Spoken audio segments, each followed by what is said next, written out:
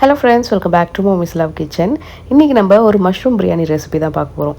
நம்ம சேனலில் நிறைய மஷ்ரூம் பிரியாணி டிஃப்ரெண்ட் ஸ்டைல்ஸில் பார்த்துருக்கோம். பட் இந்த style Thalappakatti style mushroom biryani கண்டிப்பாக உங்களோட மெனுவில் இனிமேல் சேர்கிறதுக்கு வாய்ப்புகள் ஜாஸ்தி. ஏன்னா அவ்வளவு டேஸ்டியாக இருக்கும். ரொம்ப சிம்பிளான ப்ராசஸ்.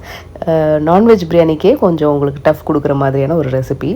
இதுக்கு வேண்டிய பொருட்கள்லாம் எடுத்து வச்சுருக்கேன். ஸோ இந்த பிளேட்டில் ஹோல் ஸ்பைசஸ் இருக்குது. பட்டை, கிராம்பு, அப்புறம் ஏலக்காய், நட்சத்திர சோம்பு, அந்த ஸ்டார் அனிஸ், அப்புறம் ஒரு சின்ன மராட்டி முக்கு, இது வந்து கல்பாசி கொஞ்சமாக, 1 டீஸ்பூன் தனியா, 1/2 டீஸ்பூன் சீரகம், கொஞ்சம் முந்திரி, அப்புறம் நம்ம பிரியாணி இலை.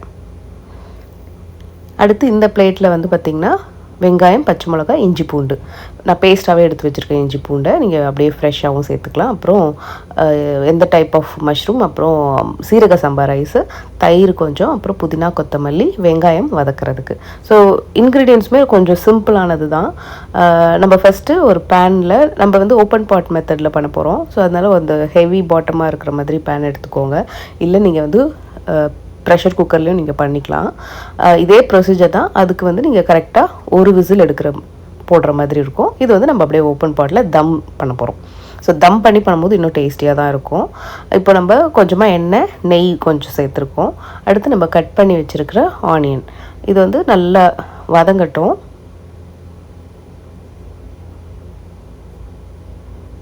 So usual style biryani, mushroom biryani சாப்பிட்டு உங்களுக்கு ஒரு சேஞ்ச் வேணும்னா கண்டிப்பாக இந்த ரெசிபி, இந்த தலப்பாக்கட்டி ஸ்டைல் ட்ரை பண்ணியே பாருங்கள். நல்ல வாசனையாக இருக்கும். இது செய்யும் போதே வீடு ஃபுல்லாக வாசனையாக வரும். அந்தளவுக்கு நல்லாயிருக்கும். இப்போ நம்ம வெங்காயம் வதங்கிட்டு இருக்கிற கேப்பில் நம்மளோட அந்த ஸ்பைஸை வந்து ஒரு ஸ்பைஸ் பவுடர் மாதிரி ரெடி பண்ணணும். இதுதான் இந்த பிரியாணிக்கான ஒரு ஹைலைட்டு. வறுக்கெல்லாம் தேவையில்லை. அப்படியே ஸ்ட்ரெயிட்டாக ஃபஸ்ட்டு ஒரு மிக்ஸி ஜாரில் போட்டு முடிஞ்ச அளவுக்கு நல்லா அரைச்சிடுங்க.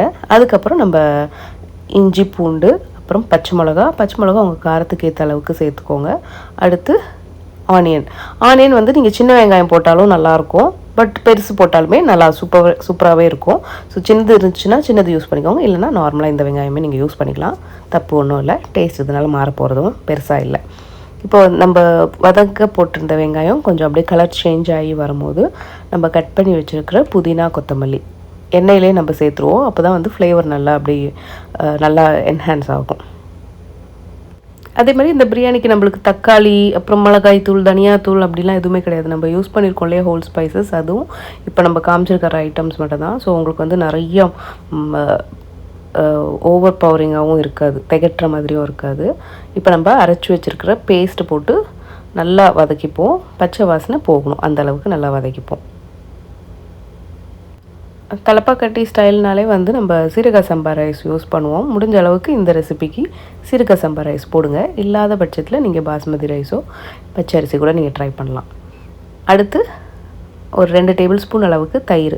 நம்ம இந்த பிரியாணிக்கு வந்து தக்காளி எதுவும் யூஸ் பண்ண போகிறதுனால தயிர், அப்புறம் நம்ம கடைசியாக லெமனும் யூஸ் பண்ண போகிறோம். இது ரெண்டுத்துலேருந்து வர புளிப்பு தான். அதனால் நீங்கள் போடுற தயிர் கொஞ்சம் புளிப்பாக இருந்தாலும் ஓகே தான். இப்போ நம்ம போட்டிருக்க தயிர் அப்படியே லைட்டாக எண்ணெய் பிரிஞ்சு வரணும். அந்த அளவுக்கு நல்லா குக் பண்ணிக்கோங்க. அடுத்து உப்பு சேர்த்துப்போம். ஸோ இப்போ கொஞ்சம் சேர்த்துட்டு கடைசியிலையும் நம்ம சேர்த்துக்கலாம்.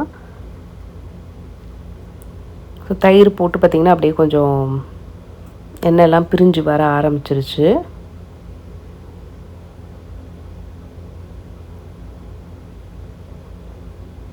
அடுத்தது நம்ம கட் பண்ணி வச்சுருக்கிற மஷ்ரூம் சேர்த்துக்கலாம்.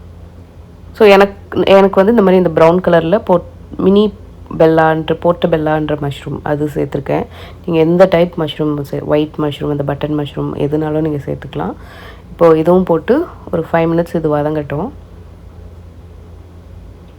நீங்கள் உங்களுக்கு மஷ்ரூம் முழுசாக இருக்கிறது பிடிக்கும்னா நீங்கள் முழுசாக கூட நீங்கள் சேர்த்துக்கலாம். இல்லை ஹாஃபாகவும் கட் பண்ணிக்கலாம். பட் எனக்கு வந்து இந்த மாதிரி கட் பண்ணால் கரெக்டாக இருக்கும்னால அப்படி சேர்த்துருக்கேன். ஸோ உங்களோட இஷ்டம் தான், இதை எப்படி கட் பண்ணணும்னு நீங்கள் நினைக்கிறீங்களோ.